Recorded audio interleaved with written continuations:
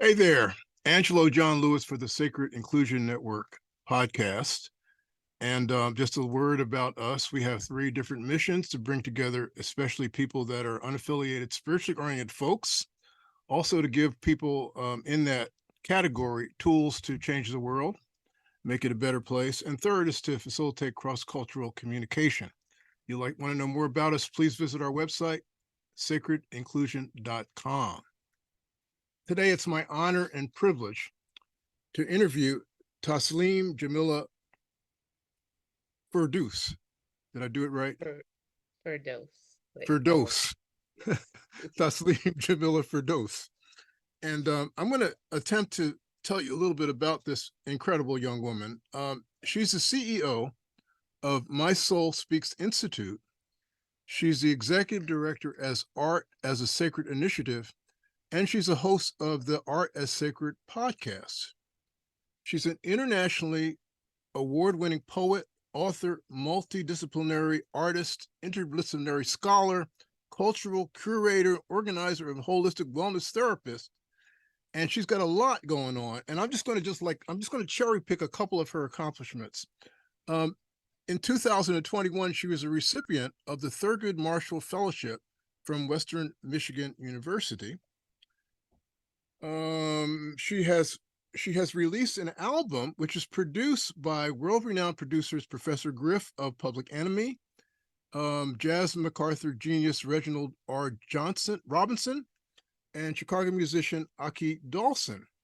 She's got a play that was featured in the Chicago Hip Hop Festival and chosen for the Pan-African Arts Festival in South Africa. She's a recipient of a fellowship where she traveled to London to perform and participate as a performance artist with events with Prince Charles, Mayor Boris Johnson, the former mayor, and many prime ministers.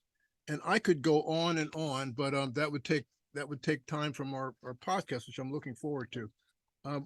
Welcome. Oh, I need to say that she's got a recent book that just came out, which I encourage you to buy. Called Mississippi Clay to African Skies in Search of Sacred Presence. Tasleem, welcome to the podcast. Thank you for having me. So I have to condense, I guess, my bio on my website. It sounds fancier than what it is, but I'm grateful. So yeah, I mean, I kind of found her more or less at random. Of course, there is no random, but the thing which attracted me, outside of her beauty, which you're not supposed to talk about in this day and age, was the art and spirituality piece, which I have a lot of affinity to. We're going to go into that, and you know, um, her and I talked about how we're going to do this, and we're going to do this a little bit freestyle. I have a couple of things I want to talk about, but also she's going to bless us with reading some poetry. So I think a good place to start, Tasleem, is I know from reading about you that you're a deeply spiritual person, and I know a little bit from reading of kind of like your background. But when is the first sense that you had that there's kind of a reality that's greater than this physical one that we see? wow, I don't know a time that I was not aware of that. Really? So Wow. I grew up in a household with two very spiritually aware parents. And so it was not necessarily one of those households where everything was so preachy. Yeah. It was more of action oriented. So I had a father, have a well, still have a father and a mother. They're still blessed. They're still living in Chicago. My father's 87. My mom is 80, I think she's 84. And they were just always very spiritual people. It was incorporated into their very being, so their activities. So my father always been more the person to physically go outside to church. So grew up Even going to though the he was a Baptist. minister, even though No, he's a he wasn't a minister. deacon. He was a deacon, like the head deacon. So Right. I grew up really close in the church. So I grew up with five, there was five of us, five girls.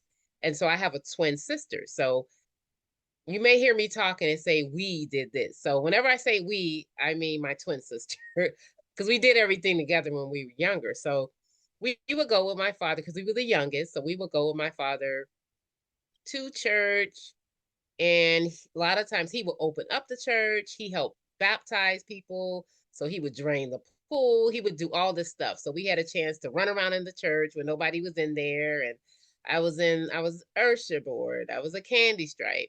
I went to Bible school in the summer, and I enjoyed it. I sang in the choir. And we were really close to a minister. My first minister, I remember his name was Reverend Johnson, and he was elderly at that time when I was young. And I remember just his preaching. Now I can compare it to like old school Mississippi down home, like the preaching and the traditional Christian songs, gospel songs I grew up singing. And so I remember when he got sick, we would go to his house and still visit him with my father. And he was a beautiful man. And then I remember a younger preacher came in. I think he was like in his late 30s at the time. And we were like, I'm like, wait a minute, he's not old like, my other preacher. His name was Reverend Love. But my father always, he's not a man of a lot of words. So I got that from my mom. So me being very talkative. But I also got from my dad, I was very more quiet around people I didn't know up until I got an adult. So, but he was always involved in a community block club, always was on the board of something, in the neighborhood. And he had a business, he worked, and he was just a man of going to church, just a very good role model for a lot of men on my block who especially didn't have fathers in the home. Mhm. And but he embodied what he preached. So it wasn't preaching, like I said, it was he embodied the teachings of Jesus, of Christianity. So I Well, was able yeah, to yeah. see somebody like that, no matter what my path and what I call myself. I literally had an example of this godly man in my house. And so we didn't curse in the house. He expected us not to, live with anybody until we got married.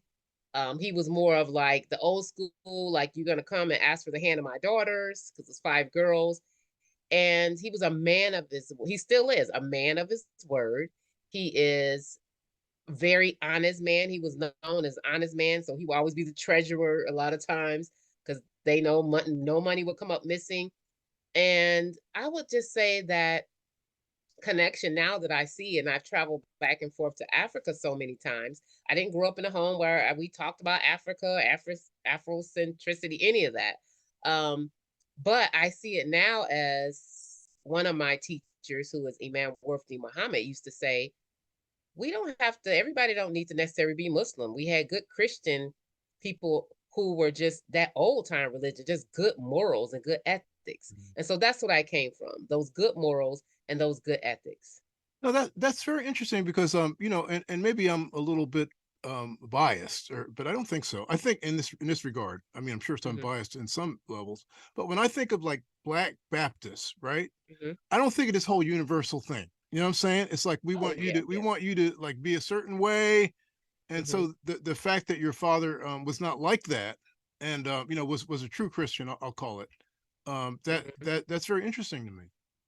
Yeah. And my mother, she was kind of okay, I see why they're together. They were together so long. They've been married 62 years.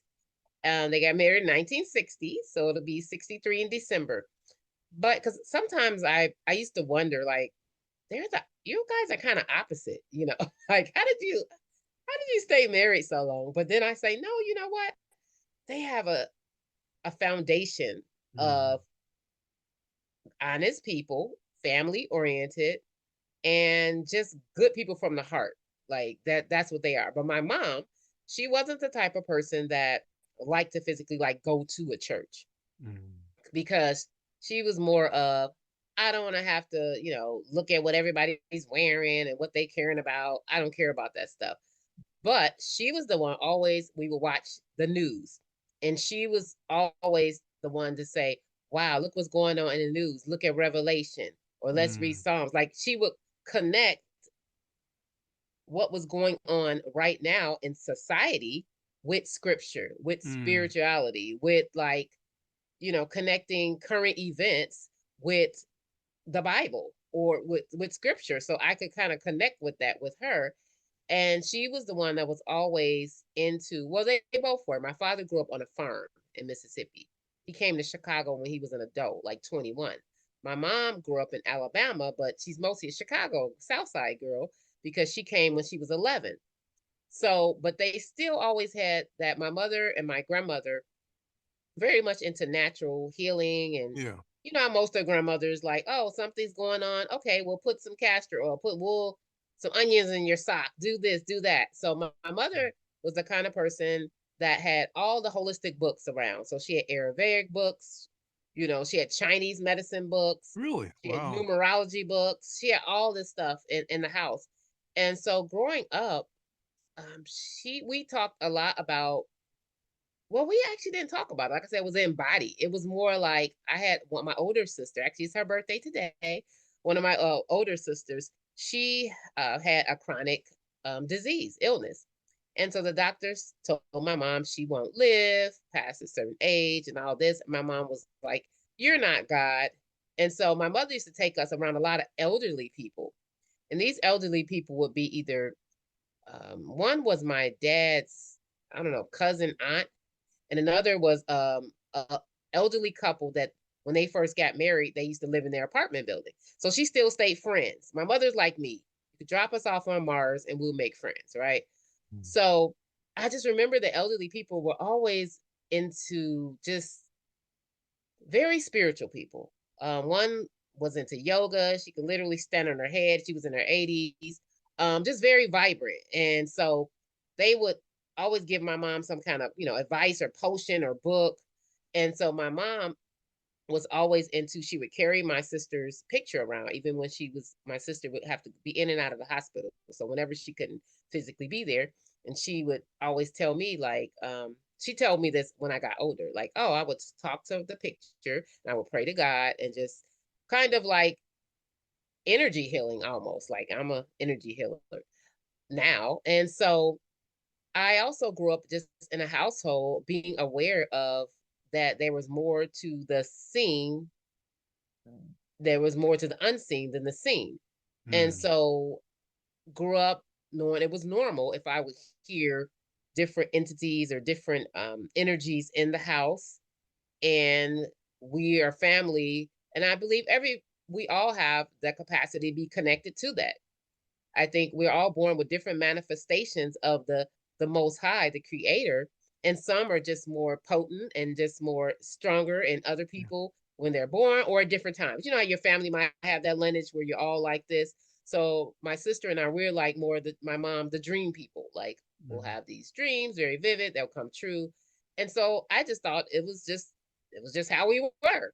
And also just listening to different entities like in the house and get used to knowing there are angels around or other entities, that was just normal for us. And I didn't realize it was something maybe different from other people until I got older, because when you grow up a certain way, it just Yeah, that's is just what it is. normal. And then my mom, she did start going to church a little bit. I started going with her when I didn't want to go to the other church with my dad anymore. When I got, teenage years, you're rebellious. I I'm say I'm 12, gonna stop you 13. because we could stay on your childhood forever. But I Okay. do want to make one observation. You know, like one of the things Okay. I didn't when I interviewed when I introduced Tasleem, I didn't tell you that she's deep involved in holistic health. You know, she's a Reiki master, and you know, she's a yoga practitioner, all these other things. And I have to say, in my experience, I don't see many black people that also she's a black Sufi. So let's like this woman is you know, she's got this beautiful uniqueness, which I'm appreciating a lot. Now, this I'm going to just take a leap here. I'm going to say Okay. that maybe your father was one of your first teachers, and Yes. I'm wondering if you maybe want to share a poem or a little or maybe writing that something that you did. Yeah, I'm going to share from this is my first poetry book. It's called Black Baptist Muslim Mystic from the Cosmos. And so this is my first book. This came out in 2013, so 10 years ago. And I just released my second poetry book. And I have a lot of poems. I'm going to share one about me growing up. And then I'll share, if you don't mind, then I'll share one kind of connected in my new book, if you don't mind. So this Okay, one no, kind I of don't short. mind. Okay. Go. So this is called I'm From. I'm from a place where innocence is kept.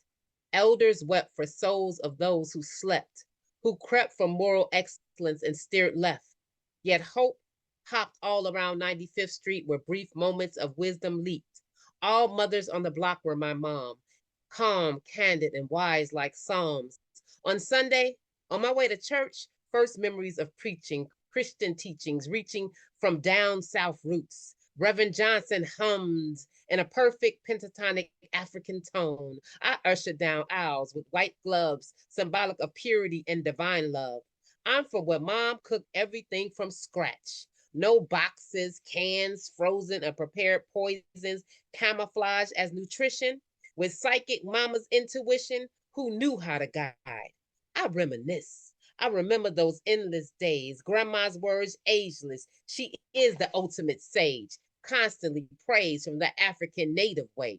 So I glided into growing and knowing real womanhood, womanhood with divine purpose. No worthless breaths were breathed from my dad. He had gentle, quiet, fierce silence that turned all good from bad. He knew how to summon up the spirits to mend any situation. And well, with this gumbo mosaic of childhood reality, it molded me, created who I be. Deep, moist roots with fertile soil that didn't fall far from the tree. Wow, Yeah. it's beautiful. So that was dedicated to my people. And my grandmother, very close, of course. At the time when I wrote the book, she was still living when I wrote the poem. And I grew up very close with her. And I have a poem in my new book. I won't read that one, but I say I grew up more, even though she lived in Chicago and I was around her all the time, we didn't physically have deep conversations in person. I was just always around her. Like my mother took care of her till she passed. She lived in her house till she passed. Me and my mother go get groceries, do all that stuff. But we talked in the spirit realm. And so even when she passed away from this physical realm, I feel like we always had just a spiritual connection. Even when she was physically on earth, she would always come to me just spiritually and tell me, like, you're a healer. This person is sick. This. And so I look at it like, wow, we still have that connection. Mm. This is from my new book, and this is called From Chicago Streets to West African Beats. I come from Southern farmers and Baptist preachers, Chi-town imams and West African mystical teachers, psychic mamas, village healers, Sunday punillas, dream catchers when everyone else tried to still us. Those warrior women who fight with spirit and gun. Those men whose bravery is unparalleled, brighter than the sun, where grandmama's cooking is a conjuring, bringing heaven from hell. Those who got royalty in their cells. I come from those who fly with angels, who see life from every angle. I come from women who put rose quartz under pillows, who convene in sacred circles where generations can still grow. I come from Mississippi and Alabama healers who resurrect everybody they mama and the dillers, who sang freedom songs, who are God like strong, who transform front porches to become the community congregation. Kitchens are sacred sanctuary, feeding souls and bellies with jarred jelly and herbal salves and elixirs to fix her after broken hearts and abortions with distortions. We are reclaiming queens with royal rituals, transformative tinctures, getting back to plants and soup bones, water bowls, and crystal stones, that deep pentatonic tones, moaning music, even in our living rooms with thicker healing prayer circles and hand claps, making possibilities plentiful from the mind traps. We got spirit imaginations, watering wombs and shucking corn, elevating us to be reborn, healing okra soup, roses plucking the thorns. I'm from those who hold self governing elder sessions, who listen to prophecy, that root connection. We are spirits and earth people, with which anchors me in power and allowed me to fly free. They hold freedom in their eyes and hands. They are beauty boomers. The ancestors are calling us. The ancestors are calling us into grandma's bosoms in the backyard, baking us up, shaking us up, waking us up, creating love beyond this realm to feel a piece of peace, to Sankofa, to spring forth. So we hold on till they pray us whole. They are whole. Pray us whole.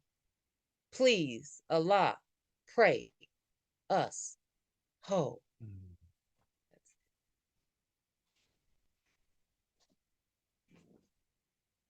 Um, we have like about 30 minutes. I'm looking at the clock, and I know there's a lot of stuff I want to talk to you about, but I want to talk about two things. You know, you have you're an African American woman, obviously. You've also been to Africa. Yeah. And it's my sense, and you could correct me if you don't see it this way, that there's a specific, I'll call it Black spirituality.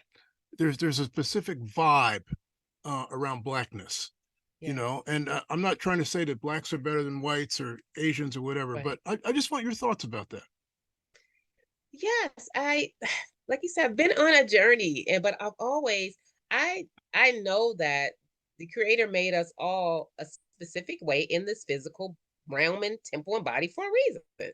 So even though we are all spiritual beings having a spiritual experience, we also are navigating in what is called this earth and the identities in the world. And I think that's the challenge. It's almost, I look at it like almost like I'm a martial artist, so a sparring partner or like a video game.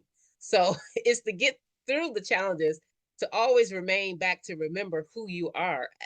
Like, I am a spiritual being. So can you fight this oppression and racism? It's like, how are you going to deal with that? Are you going to see God in everything and everyone?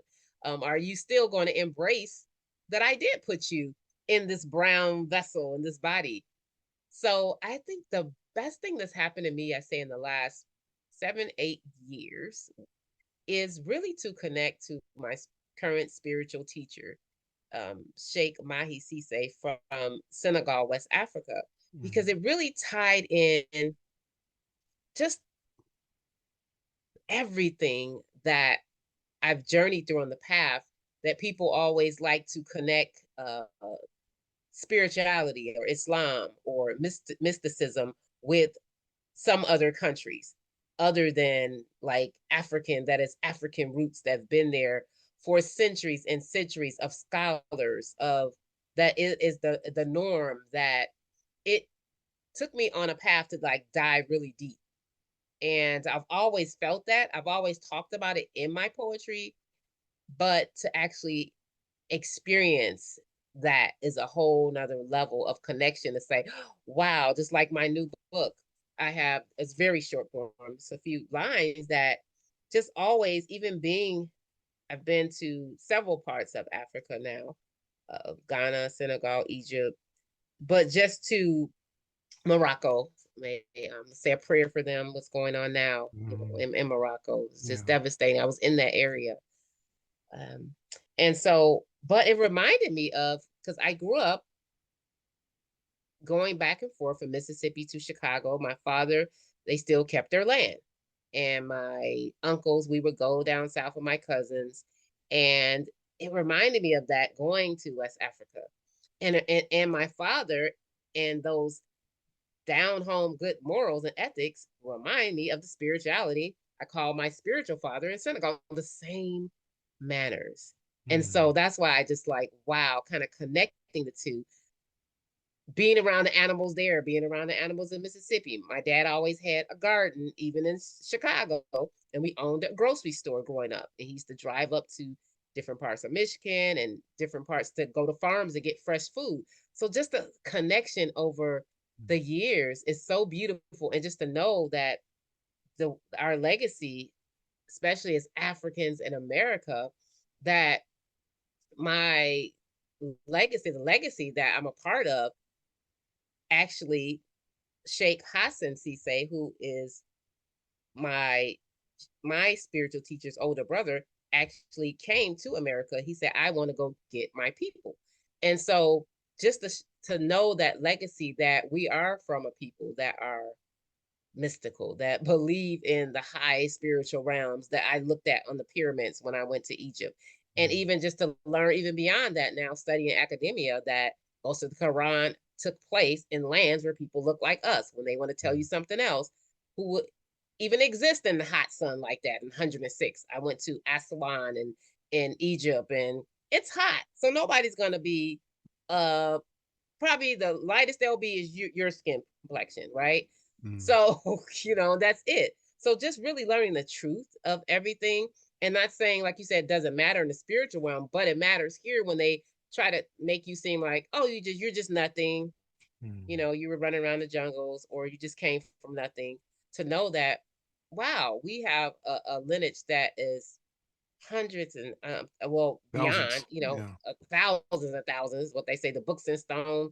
Some people even say 30,000 or 50,000, even those in Egypt. But just knowing right now, I'm part of a lineage of people who love to remember God, who have a spiritual technology that can take you to know God for yourself personally, to all this mystical poetry that I've always been reading.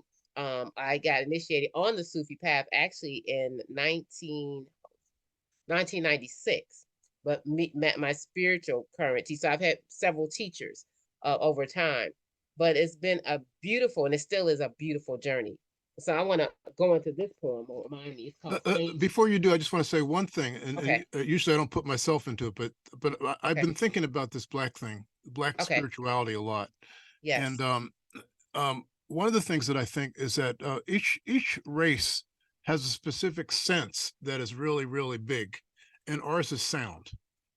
So Mm. that's what I want to say, and Yes, yeah, yes. And that's what I say in that last poem I did. I said dhikr. Dhikr is the remembrance of I know, God. yeah, It's the yeah, the chanting. For some people may not know, you might compare it to singing in Christianity, or mantra or mantra, some, Buddhist yeah, Buddhist yeah. chanting. But that was another thing, and I felt like, ecstasy, because it's such a connection to the tones. When I say pentatonic tones, it's the same tones that were brought over, our ancestors brought over. And that's why it all ties in together. It's all tying in now, even as I'm talking to you. Reverend Johnson, his tonation, and the old Mm, spiritual gospels that they sung, the chanting that I hear when I go to West Africa, it's the same moaning, same tone. How people used to get the Holy Ghost in church, they do that in West Africa. The women, right, faint from the ecstasy of being annihilated into the love of God. It's all the same. We carried it over here, and it's all the same. And I feel like, oh God, you've connected me back to that, to even introduce my parents to it. They're still Christian, but when I tell them, like, wow, this is where we came for this, they're fascinated by it. And I feel so blessed that, just talking to them and showing them and talking to them about this at 87 and 84, that they just like, they hear the connection, they see it, and they're like, wow, this is beautiful. We never knew this. And so I just look at it like the ancestors are calling us. They called me back. My parents will probably never make it over to Africa physical. They're elderly, and they don't travel. But isn't that what it's about? Each generation just a little bit more of who we are, and they say, hey, I live and I have a beautiful life. But just that continuation of, I honor all of my ancestors, blood and not, that I am grateful for them all. And so that's what I want to say. So you were starting to read something, and I interrupted you. Yeah, it's just real quick. It's called Same Soil. So me talking about that, it says, home is house in father's Mississippi soil that mirror Senegal sand. My great great great grandfathers must have thought they were in dream states of awakening on farmland, familiar greenery and suffocating sun. I wonder, I wonder if they kept trying to continually awake again and again and again to control this nightmare. So I could see why when they took them to the southern states, imagine getting off of this, being chained up. no clothes, I mean, atrocities, trauma beyond even what I can imagine. And I just came back this summer from Ghana, going to the dungeons again, and you're getting off, and you're coming in, South Carolina and Mississippi, all these places, and you're like, okay, the sand looks the same, it's southern, but now you're in this nightmare. You're like, what is going on? Like, this is not my land. But being in Ghana and being in Senegal, in the village, because the major cities look like any big major city, Dakar or Accra, but like being in the village. When I go to Senegal, I go to a village, and it reminds me of where my father grew up. He grew up way back. They owned all the land. When I go there, and I would get so excited when I would see the red clay, like, oh, we're home, we're down south, we're almost here to see grandma and my uncles and aunts. And it's the same when I go to Senegal. I have a drive, we get a driver or someone to drive us 3 hours away from Dakar. And I get excited when I start seeing like more of the, just driving through all the sand and the same reflection. So it made me think about that. Like, wow, I wonder how my ancestors felt. That has to be, just so traumatic. And so it just means so much more to me to go home. I call it my spiritual home. But just like what did W.E. Du Bois talk about, that double consciousness, almost Yeah. like I'm still American, but I'm Yeah. African, but I'm here. And I learned over the years, and even through my studies and academia, I embrace it all. I Yeah, that's embrace it clear. all. Yeah. Yeah. So I do want to talk about Sufism and your teacher in particular. That's I mean that Yes. I've been exposed to Sufism, but I'm my stuff is surface. You probably doing the dances and the whole thing. And Oh, that's so I'm just teasing. I know. But probably we should like spend like a couple seconds saying what Sufism is, because people don't have any idea really what it is.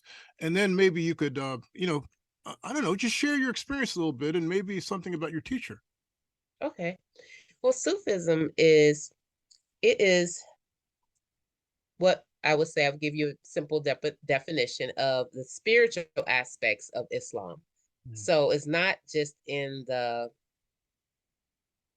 physical rituals, or it's not just about, oh, I cover my hair or I pray 5 times a day. It's about those who want to know God, to experience God, to be in love, annihilated in God. Like you live, you breathe, to remember God 24/7, to be a walking, I say it in one of my poems, you're more than a walking affirmation. You are in awareness, and you strive to be like the model, who is the Prophet Mohammed, peace be upon him, who was sent to with the Holy Quran. You strive to embody those characteristics in your life. So in Islam, thing I loved about when I grew up Christian, I didn't become Muslim because I didn't like Christianity. It's just that when I was introduced to friends that were Muslim, and I started reading, it made sense. Like, wow, this is just a continuation, and it answered all of my questions. It's literally a prayer and an awareness for everything that you do. You walk in the house with your right foot and this. And of course, you're not gonna, I don't do all of that. It's a lot, but it's the beauty of being aware of God. Who wants a close, intimate relationship with God at all times, to embody that spiritual aspect? And then you take on a guide. So you take on a teacher, just like if you're going to school to be a surgeon, you're not just going to read a book, because if somebody did that, you cannot operate on me.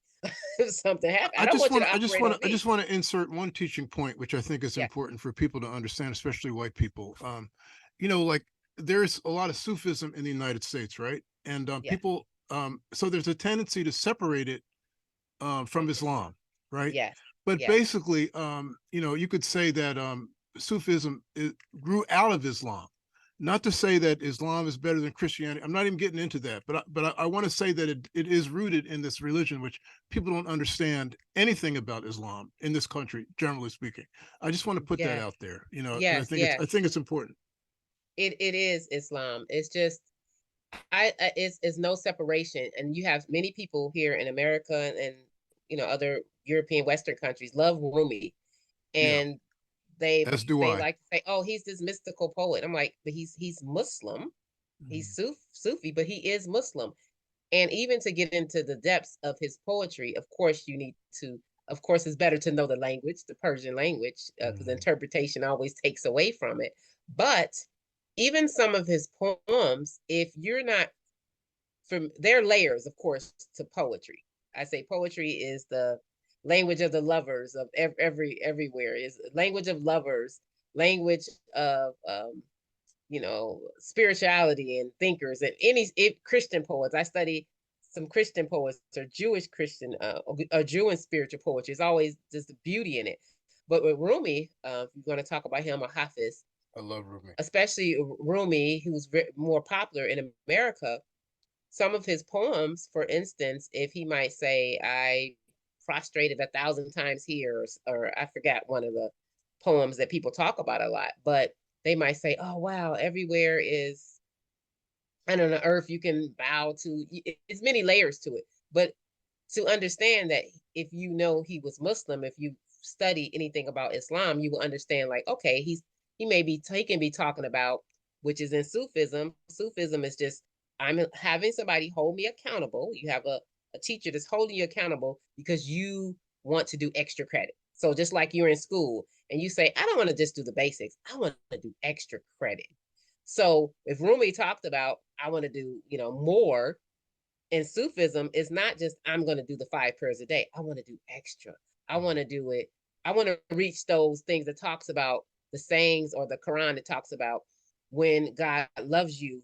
God loves you when you do more than just the average, that which is great. But you say, I want to do more. I want to be the eyes for which God said, I'll be your eyes for which you see, your hands for which you strike, your feet which you Mhm. walk, the tongue which totally annihilated into the love of God. Well, God, you just say, I'm totally annihilated by God takes over me and my actions and my speech and my this. So that's, he's talking on that level. If you know how Islam and Sufism, there are many prayers that you can do that many traditions have, and Islam has, where those saints come out, you get up at 3 or 4 in the morning and you're in prayer, you're in deep contemplation, at all times, and awareness. Even talks about in Christianity, be in the world but not of it. In Mhm. Sufism, I'm around, you're in the world, but you're around people, but you're in total communion and in love with God in your internal state. So there are levels to that I think if people really, if you study Islam and you knew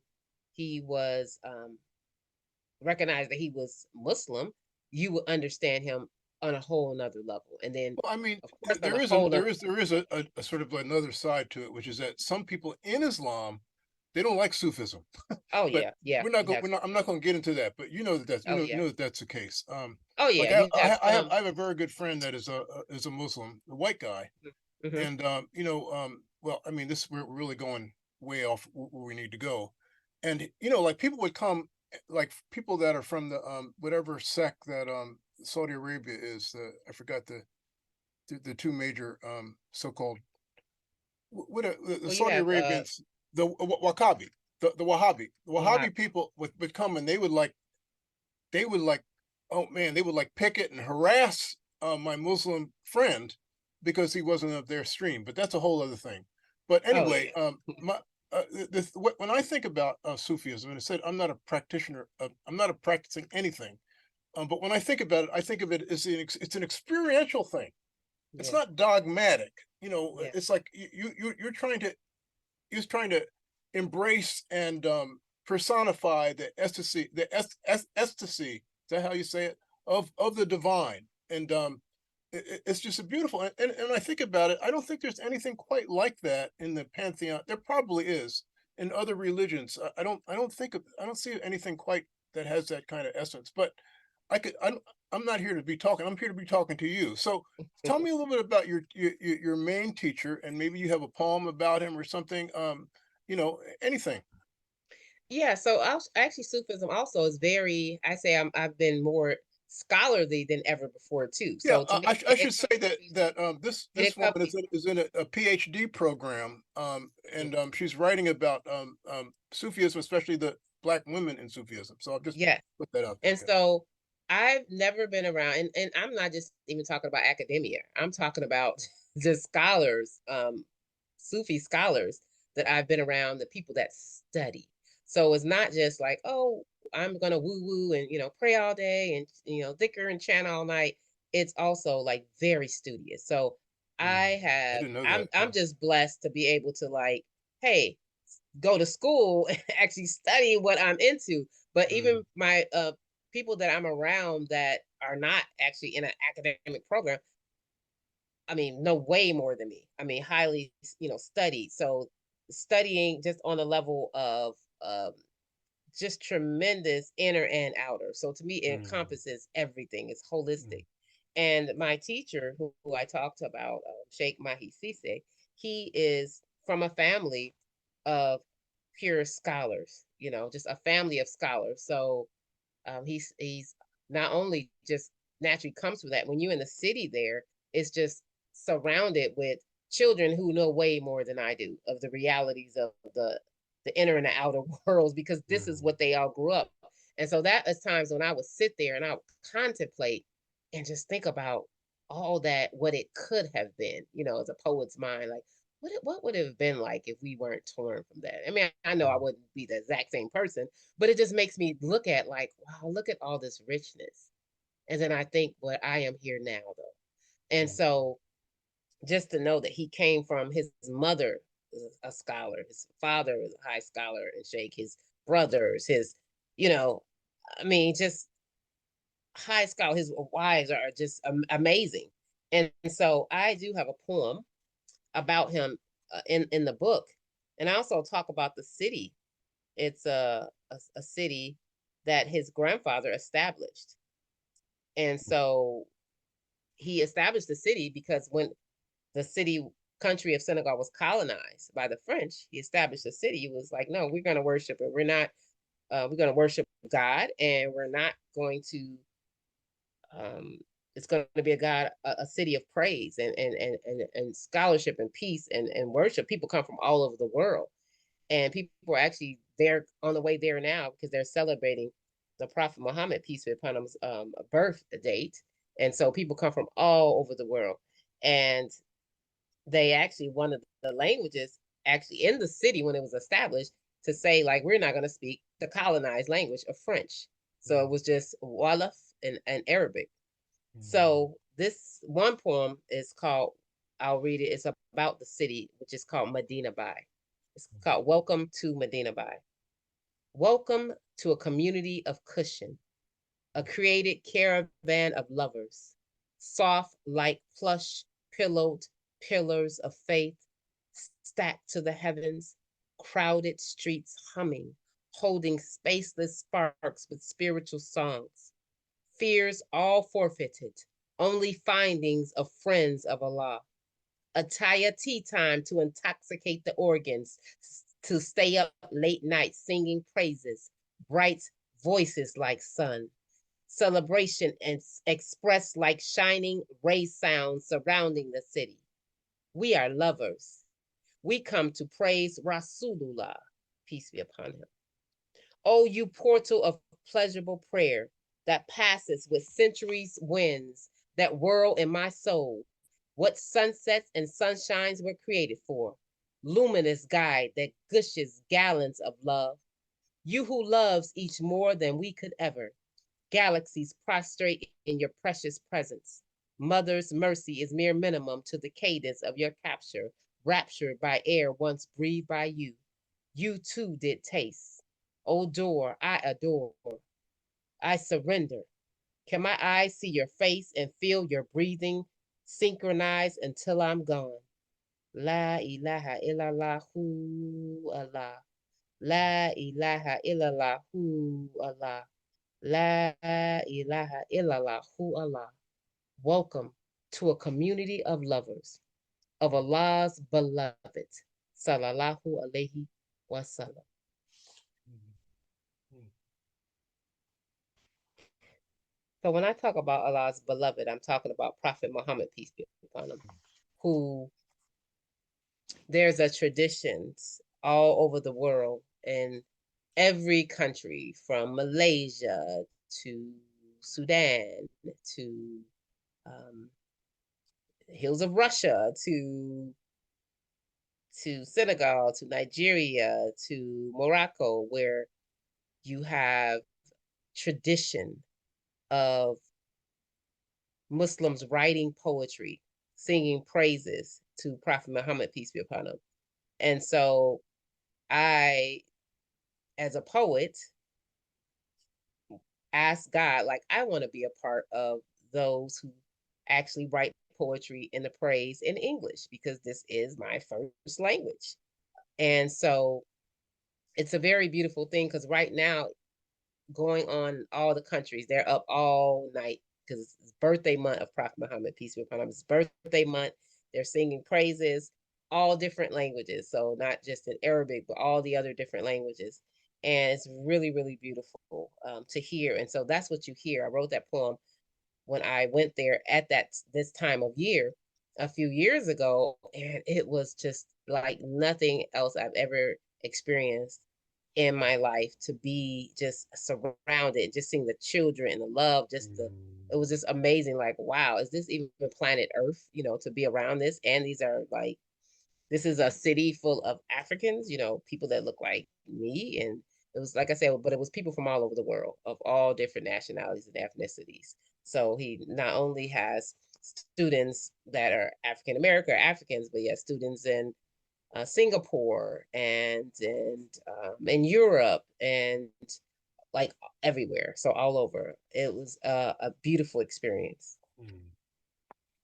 Yeah, you and I could talk for hours, and I know that you have somewhere to go. And I just want to give you a couple minutes. Anything you want to promote that you're doing? This will probably come out in I don't know, the latter part of 2023. Is there something that you're doing you want people to know about? Well, I am officially in God willing, inshallah, God willing, officially continuing my book tour in 2024 and along with workshops. So I have a couple of retreats planned that are going to be international.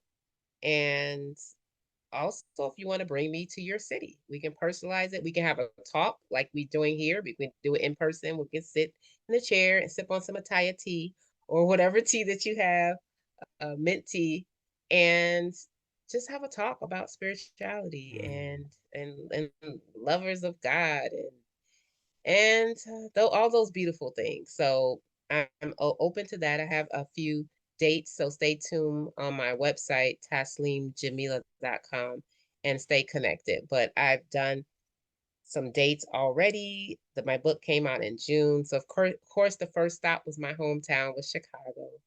And then after that was my second home, which is Detroit. And then I did a couple more dates in between, and I have a couple more dates coming up, um, like in this end of the 2023, but 2024 So full people blast can tour.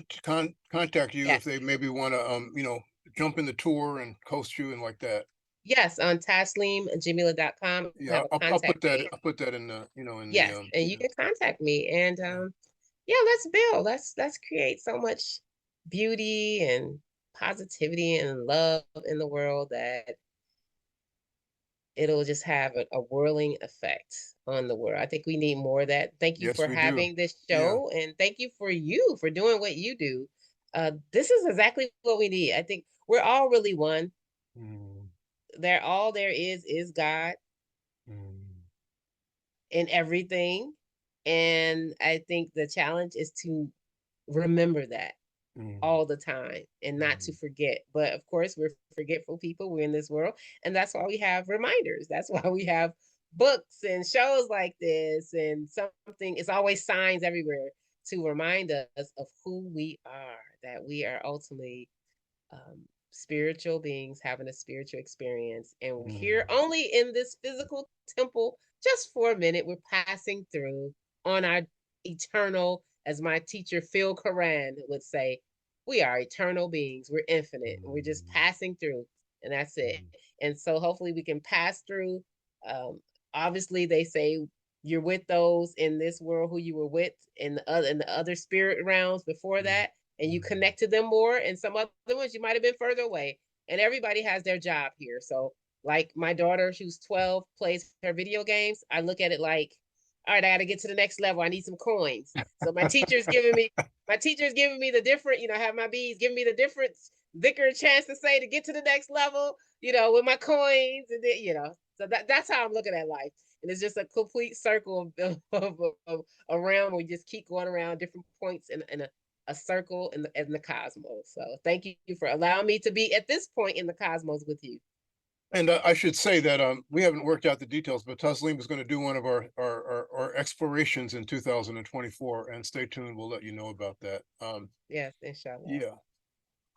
Tasleem, it's been a pleasure. I'm so happy. I'm so delighted to get to know you, and I hope this is the beginning, well, not the end. Yes, yes. Thank you so much for having me.